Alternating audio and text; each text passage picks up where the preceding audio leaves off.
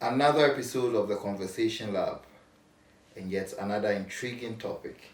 Our guest today is a childhood friend. We've known each other for a very long time, and he's a brother from another mother. Peter Ejebedu, we are glad to have you here today. Thank you. And y'all know Konla Asiome. He's a travel blogger. So today our topic is, what is Africa's biggest problem? We'll start with my brother, Peter. What is Africa's biggest problem? Okay, so Africa, on its own as a continent, has big issues, big problems. One of it is our leaders. We have serious problem with our leadership, most especially with the kind of policies they make. It doesn't really help us. God has been so gracious to us, and we have a lot of natural resources that we shouldn't find ourselves in this kind of hardship that we find ourselves now. But because of bad leaders that we have, it is not really helping us at all. It is not really helping us at all. Because most of some parts of the country and some parts of Africa, the constitution also enables our leaders. They always do so many things that does not help the country and the continent at large. Why do I say so? I say so because when we take Ghana as an example, our constitution gives the president so much power that the president has the power to appoint agencies, leaders for agencies, especially the government agencies, including the security services. And so if the president appoints you and you are in such position, you would always do the bidding of the president. And you always do things to suit the politicians. And so whatever thing that they tell you to do, whether good or bad, because you are there for them, that is exactly what you are going to do, because you risk the chance of being sacked.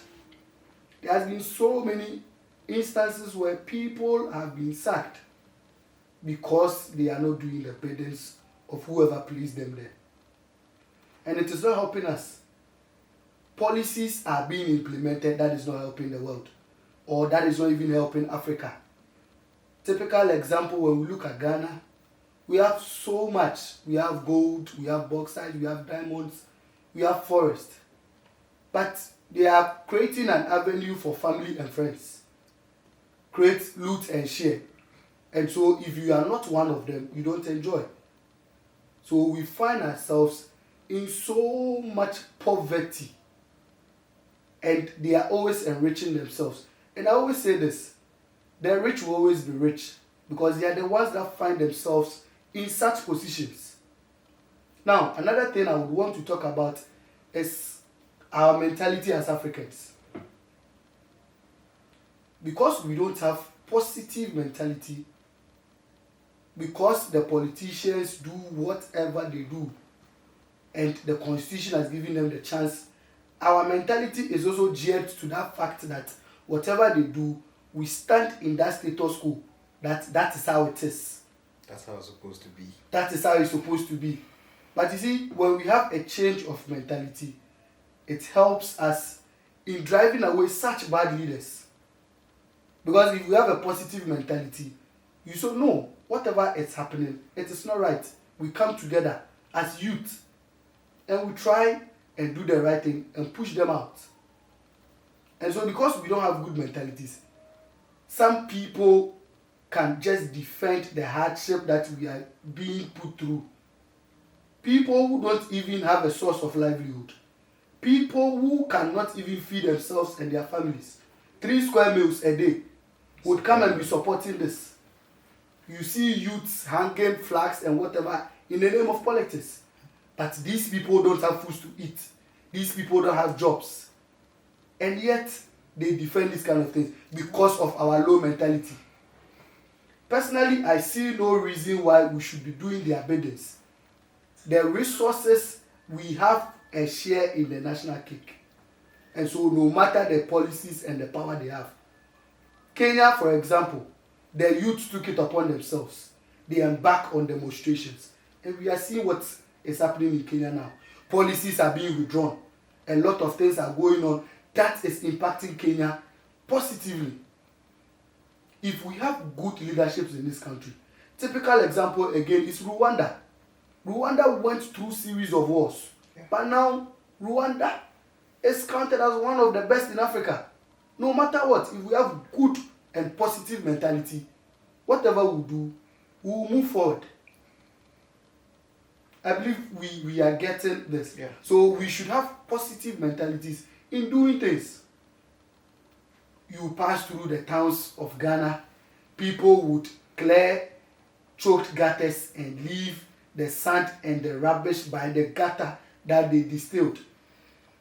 It will rain after some days, then it goes back. Then what's the essence of doing it? These same people will travel out and go to the Western world, and their behavior, their attitudes change. Is it not the same person? Is it not the same people? We should have a change of mind. We should change our mind, have a positive thinking, be able to act towards certain things without being pushed like robots. We should work and work for the betterment of Africa, because we have more natural resources that if we put leadership and tune our mentality into a positive way, we will see a good Africa. The Western world, they don't have the kind of things we have. They don't have gold. They come here to come and do it. They don't have bauxite. They don't have these things that we have. We have forest, we have plantations, we have cocoa and all those things. But because of bad leadership, we don't have factories that can process them. The whites come here to come and take our gold, and then they go process it, bring it back to sell it to us. They come to take our cocoa, take it to their country, process it and come and sell it to us as chocolate and pebbles and the rest. Okay, so I like the point where you spoke about Kenyans standing up for each other. Africans as a whole is quiet on happenings. Right. Yeah. We are timid, we are scared. I don't want this to happen to me. I don't want this to happen to my family. Meanwhile, we are the people suffering. Sometimes we are affiliated to certain people in power that even what they are doing might be wrong. But because of because of our personal gains, we tend not to talk about it and keep quiet. So I'll go on to education and I'll go on to education. No, before the education, I feel the youth. I'm just trying to add up to the same point you are talking about. The youth of Africa is really quiet. We've been groomed to accept the fact that there is nothing we can do. No, we have a voice. Exactly. So you stay what? Yes, the youth of Africa has a voice. So I'll use Nigeria as an example in this case. Nigeria, few months back, were trying to plan a demonstration, and we all saw that the leaders of Nigeria were trying to fight back. Why were they trying to fight back? Why were they trying to fight the demonstration? Because the voice of the people has power. It contains power. And if the youth of Africa is supposed to stand and fight for what belongs to them, the leaders will have no option but to... Bro, you were talking about education. Yeah, so education. Education itself, I think it's high time Africans sit to structure what we are supposed to learn in school than to copy from the Western world. We have liberal education. We have vocational education. But Africans, we tend to focus more on the what? On the theory. Yeah. Without doing what? The practicals. Which we don't even apply. Exactly. And it's not everyone that will be able to go through what? The liberal education. We thank God, as of now, Ghana, they are restructuring our education system there's going to be a part. If you are solely into liberal, you go into liberal. If you are solely into vocational, you go into vocational. So I think, But bro, do you honestly think that these politicians are going to really allow this when they see it is going to make a positive impact to the youth coming up? Because if you learn sense, you wouldn't do their bidding. That is the thing. And so what they always used to lie to us is to make our heads so sweet and big. This is coming. This is coming. This is coming. But it never comes. And so you be like, it is coming. STEM education. With this country, they said STEM education, STEM education. But how effective is that? Yes. that even brings a point of layback. Yes. We are mostly layback. Charlie. Yeah. So we'll treat the layback as a I different tell you. topic on its own. So I think Africans are supposed to focus on the practical aspect of things. Which country is even producing their own items right now? I think Rwanda. Rwanda, Charlie, now they are the best too. They are leading. And I think if African countries, And as a matter of fact, Rwanda just experienced civil war. Civil war. They just experienced Civil war. civil war. And it is shameful to other African countries who are lagging behind. Yes. That our brother who just suffered a civil war is leading us. To the extent that Yes. it- What it is- happens to the rest of us? to the extent that it is able to sponsor a football team, Arsenal. I don't know, Rwanda, part of Africa, is able to support a football team as big as Arsenal. wow, You see, it should tell us a lot. It is very sad. So this question goes to both of you. Anybody can answer it. Do you think Africa is still suffering from colonialism? oh yes.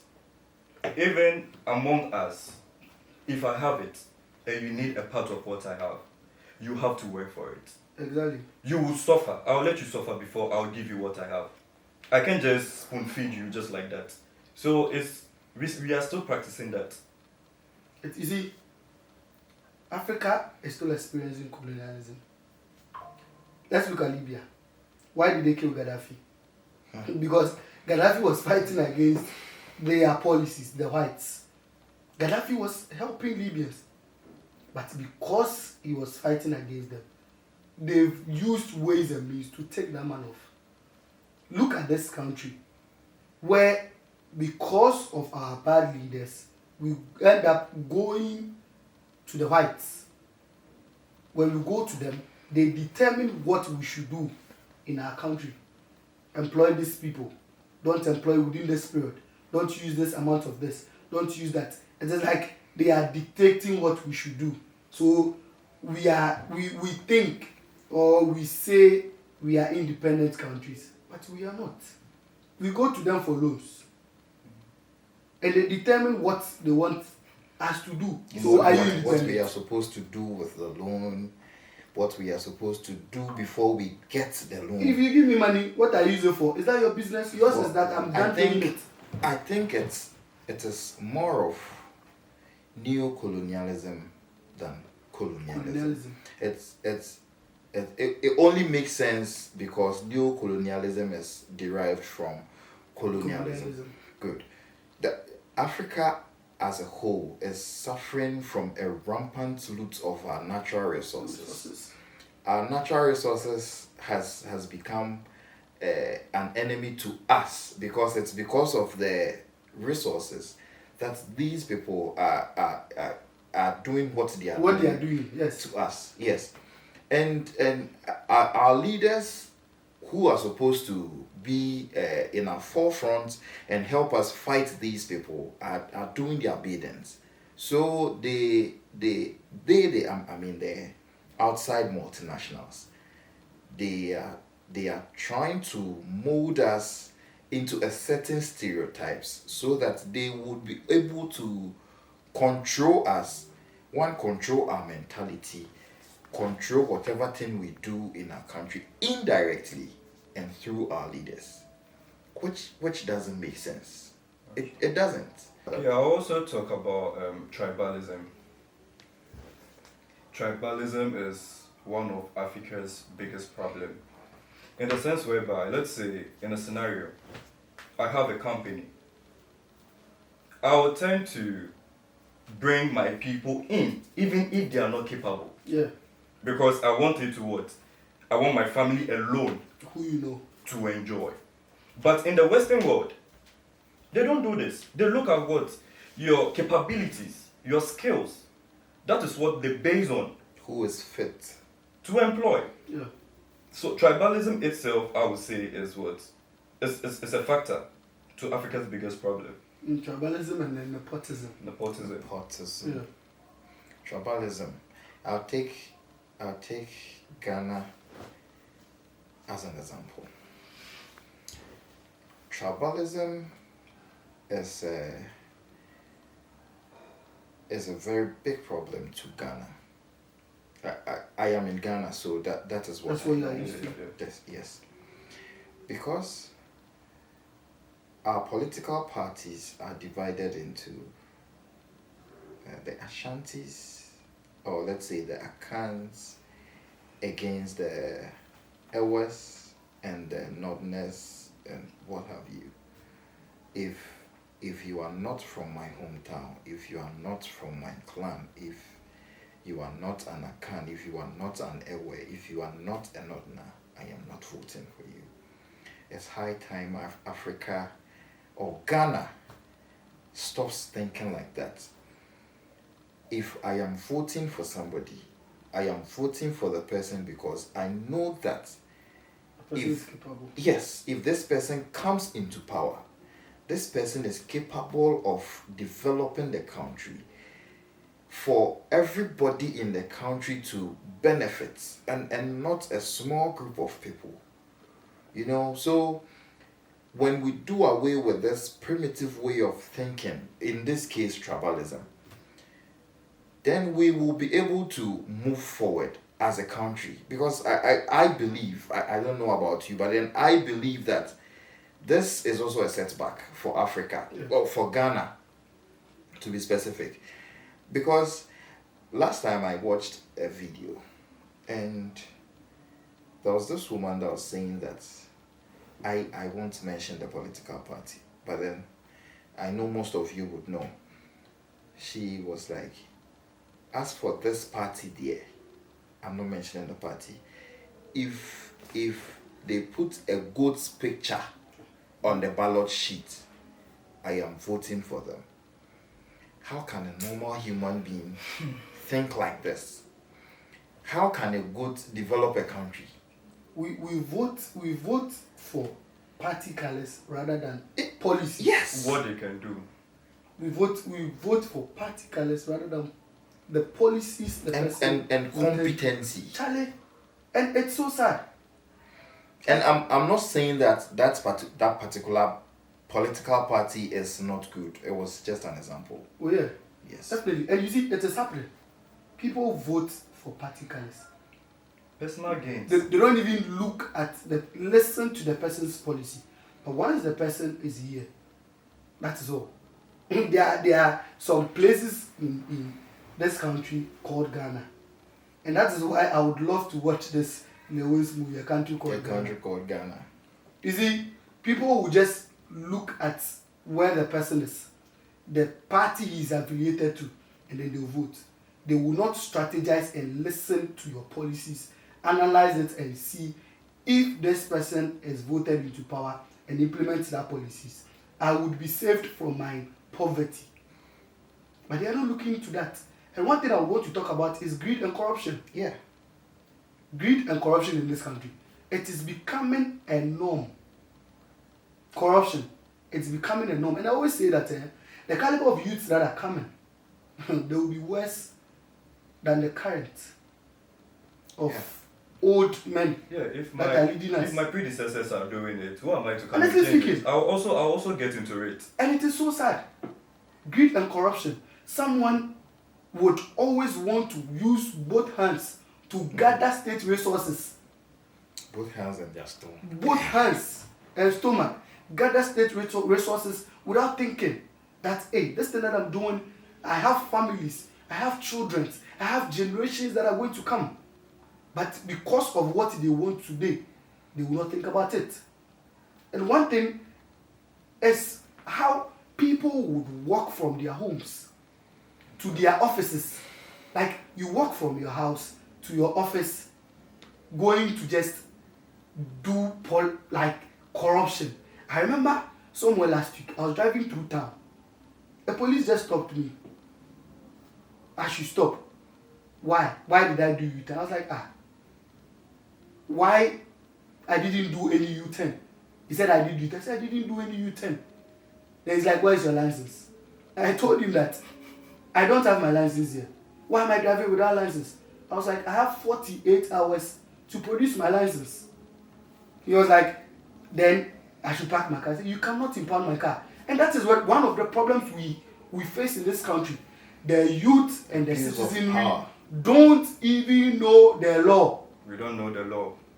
And so somebody will just meet you and abuse his office, abuse the small chicken power that he has gotten. And because you don't know the law, you don't know A, B, C, D, you don't know whatever it states. So the person will just override you. Then they take bribe from you, you don't do anything. And this person that because of greed and what he tends to gain in his pocket will not think about what I'm doing if it is right or wrong. They will not think about it. And these are some of the things that is hurting Africa. If you look at the current Chief Justice of Nigeria, you'll be marveled. A typical old man, very old man, who used walking stick. Who is supposed to be on retirement, using walking stick. And I asked myself, at this age, what kind of policies is will he be able to process? Because it's like, at some age, your mind tends to be like a child. Yeah. And so, if he has gotten to that level, then what kind of policies will he be able to implement? And that is the kind of people we are voting for. We are voting for old men. The president of Cameroon, that man is almost hitting 100, and he's still contesting. He's still contesting. At this age, What, don't they have a constitution or something like that to The take constitution has been molded to suit protect these people. it is suiting them. There is nothing you can do to them. Ghana, for instance, if a president leaves power, we have 10 years. 10 years. He's untouchable 10 years. till after 10 years. Now, that 10 years, Kanu, now, No it review. is possible that you forget. It is possible the person will not even live up to that 10 years. Yeah. What is the guarantee that an ex-president will live for the next 10 years? There's no guarantee. And those people who are benefiting are the same people who are supposed to amend the constitution. But if it's benefiting you, are you going to amend it? You wouldn't. No. So these are some of the things that are worrying. And we depend so much on foreign products. We have products that are made in Ghana. But a typical Ghanaian will never buy that. If you are going to buy a medicine, you take the foreign one, you take the local one. And a typical African who buy a foreign medicine because as against the local medicine. he knows we cannot produce. Because of we feel the foreign ones are proper and better. Even if you have not tested the old ones and the local ones. Africans, we depend so much On foreign goods. on foreign products. It all boils down to our mentality. That's the thing. Of course, there are some of the products we have no option than to use them. That we can pardon it. But there are some our leaders should They should ban work it. on stopping the importation of such products. Are you aware that we Ghana, baby I have a dream, We import onions. onions, Onions. We rice, import rice. I think tomatoes. Charlie, Are we serious as a country? when we have farmers who we can equip to produce in large quantities, then we use in this country. We have a whole agriculture ministry. Charlie, What is the essence of it? they just sit there, squander our money, and just leave power, Oh. and nothing happens. You see, I feel it is time we sit and process these things that are happening. Because I am a young man. I am now giving birth. Is it the same suffering that I am suffering that my children should go through? Meanwhile, these politicians, their children will always be rich. Exactly. But I believe that if Africans sit and be innovative, something good will come out of Will it. come out of it. And sometimes too, the risks of trying new things, they don't want to go at a loss. But if you don't do it, how will you know that something good can come out of it? Exactly. So I think that should also be a Yes, point. because we don't always want to be trying new things. We are comfortable with the old things. What we have. What you have, someone will go to town, and if it is rice the person is going to buy, and the person will see locally manufactured rice, a foreign rice, because the person is already taking a foreign rice. If that brand of rice is not there, chairman is not buying any other one. Would wait. The person would wait till. But you see, our locally manufactured products are very nice, And very healthier. sweet and healthier, because it doesn't stand the risk of a lot of chemicals. Every day we do this, every day we do this, we do this, we do this. That is all. And so we don't know what we want. If you know what you want, you go for what you have, and then Exactly. what it is not available to you. And that is why the rich will always be rich. Because it's like, because they have the resources at their disposal, these rich people do not even train their kids in Africa. They give them that Yeah. opportunity to go out to the Western world. Best education, best Best exposure, healthcare. best healthcare, best whatever you're supposed Charlie. to get. Even them, when they are sick, they travel outside the country for a better healthcare. So, if I have the money to travel outside and get a better healthcare, then why should I build a better hospital in my country? And we go to the hospitals and there are no beds. Yes. But they fly their kids out, fly their families out for better healthcare. When we could have equipped our hospitals, put in more gadgets to do better. Alright. I have this question too. Do you think Africans are more religious? Religious, to me, I'm a Christian, but I feel religious is one of the harm that is causing to Africa. I sincerely don't think Why? religion is a problem. So the problem is they See, think. You know, I am not talking against Yes. the traditionalists. But before the whites came, before we were colonized, Africa was more of a voodoo continent. So we all know what's the voodoo stands for. But religion, when Christianity came, and in this case, add Islam, it brought about enlightenment. I'm telling you something. If Christianity wasn't introduced into Ghana, we wouldn't be dressing like this. Like this. We would not be dressing like this, because there was a way of dressing, there was a way of living. Even though There was even a way of thinking there was a way of thinking. when we do communal labors. Yes. So Christianity, religion has brought about enlightenment. We are I can even say appoying. Yeah. Appoying. So we get to see what is nice and what is not nice. So we get to choose what we want.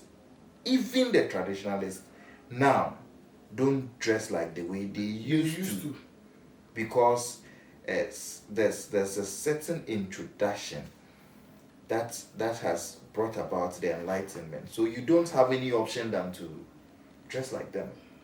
You understand? Yeah. Huh. So Christianity, religion is not a problem. It is the mentality behind the religion. there are pastors who are doing bad things. And they have brainwashed Yes. their members. Pastors who are doing things they preach against. And there are pastors that are doing what they They preach. preach. You get it? So you can't say that religion is a problem. It is the mentality. If I'll kill somebody, it is my mentality. No religion, baby, I mean here no religion is going to influence me to a point that I would want to kill somebody. It is my mentality. You understand? You see, one of the things I think religion is a problem here is the fact that, especially the prayer meetings during the mornings, Right. where people are supposed to be at work, At work. someone who cannot feed his or her family 3 square meals a day would leave her tomato, her onions in the market unattended to, and be in the church. Yes way, mamiska. Someone will come and look for this same person to buy from, but will not find anybody to buy from. And so, where do you want the money to come from? That is the question we should ask ourselves. You should be able to balance it. Right. Know when to go to church and when to focus on your business. Because even when you go to church, it is not always about the prayers. The money also counts. And so if you don't have that money, how do you give for the work of God? And so, like my brother said, the mentality pushes us to that. And because some of the men of God has been washed us to feel like praying is the only way out to prosperity. Like I said, I am a Christian. I am not being blasphemous. But you see, I believe in being able to balance the both, your work, your family, and church. You cannot use your time for family And who would balance and these activities for you? It's yourself. You look at your life. If I don't go to work, I am not getting the money to even give offering in church. You get it? So you have to balance. Me, if I have work to do and you ask me to come to church in the morning, I am not coming. I'm going to church. I'm going to work. Find the money. I'm not saying that I am a very devoted Christian. I go to church. I am very active in church. But even the Bible says that there's time for everything. There's time for everything. So you don't tell me to come and pray in the morning for me to leave whatever thing I am doing, and then I won't do it. Okay, so another point I think will be Africa's biggest problem is political parties taking credit for projects. Let's say Politics as a whole. Okay, politics as a The whole. political system of Africa is Charlie, you see, there's no policy document. That's one of the things. If you go to the Western world, there are policy documents documented down that you cannot abandon it. they have a goal. They have set a specific 10-year plan. This is where we are going. Irrespective of who comes to power, you are have to follow bound by that document. Yes, you are cannot go bound against to take up from wherever the previous government ended to wherever you can, and the next person is supposed to continue. There is a plan. There's a conscious effort to move the country from point A to point B within this stipulated time frame. You get it? So Africa. Oh God. Sometimes you see, sometimes it hurts. It hurts. No, it no. hurts so much. Everybody wants to take credit for projects. for projects. You see, So You do this project, And you don't finish. These projects, funny enough, the funds are not coming from their pockets. It is the taxpayers' money. And so, if we don't look at the better ways of doing things, we always be the ones to suffer. Your salaries are being taxed. Do you know, as it stands now, when you buy things in the malls, the restaurants, and all those things, check your tax. We have COVID. Even after COVID is gone, NHIL, Charlie, there are taxes But- that are killing us. Mm. Yesterday, I bought TV. And in the TV I bought, when I checked the receipt, the tax was almost 1,000 Ghana cedis. look at that. Almost 1,000 Ghana cedis. Did they charge tourism on that on the TV? It wasn't. You see, almost 1,000 Ghana cedis. We put in resources, they tax us, but yet we don't see anything and we suffer. And that is why I always get angry to someone who always feel like being politically affiliated without applying common sense is the real deal. Because think about the country first. If you are suffering, you should be able to state it. your country first. You should be able to state it and say that, Charlie, baby, you do need your bread. And indeed, baby, you do need your bread. Because state facilities, state properties are being shared amongst our so-called leaders. They are sharing. And you see, you get someone to sit behind a TV, grant an interview, and speak for this and say that it is nothing wrong. There's nothing wrong with it. That Party A comes to power, and then you see someone defending that Party B will come to power. You see someone defending that. Nobody will stand up and say, Jack, where the thing is going. Let's Charlie, we are adjust. suffering. We need to adjust and do things. Right, as it stands now, there are conversations going on radio stations, and there's another topic we'll talk about right now after this point. Do you know our leaders sign contracts in languages they themselves cannot read? We sign contracts in Russian languages. Between myself and these leaders, who are you? Who do you think you are deceiving? And it's so sad. And you see, I speak with passion because sometimes you look at the times you would have to wake up at dawn, go and work your ass out, come back, and at the end of the month, you'll be paid some meager salary, where the month will go all round and you spend more than that salary, and they expect you to live a responsible life. How is that possible? It's not possible. Charlie, your parents will be giving you pressure, build. Do this, do that, Ayo. live a comfortable life. But we tend to forget that the country was not like it was some 20 years ago. So it makes it difficult. Very. And it hurts. Charlie, I speak with passion. And it hurts. As Because a youth of Africa, Africa, we have a big problem. Because the youth, we are not thinking. We are not thinking. We have to think. We have to rise. Charlie, enough with the bad governance. Enough with the bad policies. Rwanda has been able to do it with Paul Kagame. We can also do it. Our fellow African was able to do it. Yeah. And so if we put aside these corruptions, we put aside this bad leadership, we put aside this greed, and we forget about these Western worlds, Charlie, Africa will be a continent that the whites will be jealous of. journalism, the African style of journalism is also helping, or they are even worse than all we are talking about, because the journalists in this country, to be specific, are quiet. They don't talk.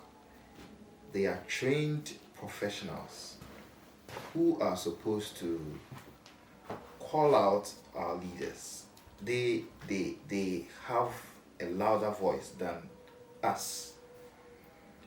So they've been trained to call out their leaders to do the right thing, but they are quiet. I think our journalists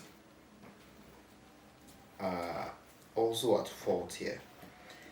They are not doing us any good in the sense that they are trained professionals. They are trained to do the work the right way. And I'm saying that because I would come back to something.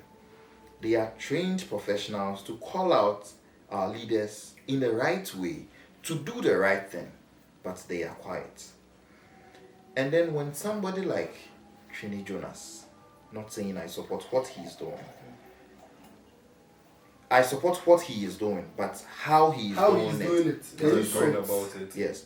So somebody like Trini Jonas comes out to call out the leaders in a way he feels he can do it. And then our journalists are telling him that, oh, you SSL here, but devoid of insults. You are trained to do the work, but you are quiet. And then when somebody is doing it the best way he can, you have a problem with it.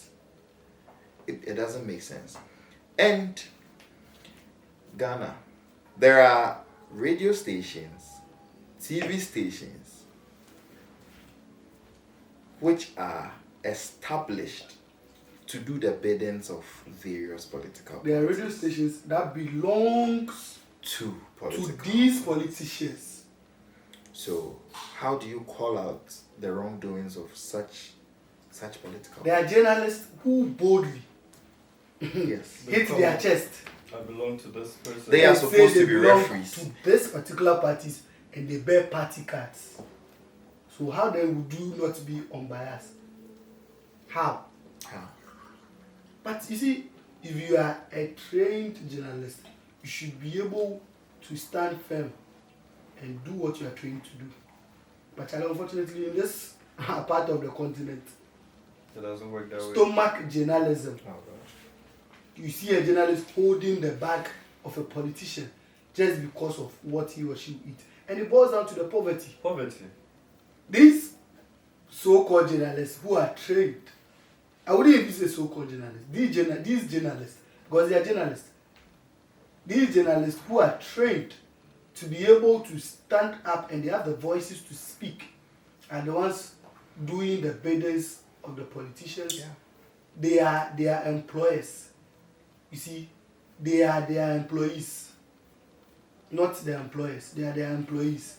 And so it is like I said, your boss is saying do this, and you are saying I'm going to do that. You'll be out of job. You see, that is one of the things we find ourselves in. Yeah, it has happened for so long that when a journalist stands to speak the actual truth, you are being seen to be supporting the other political party. Why?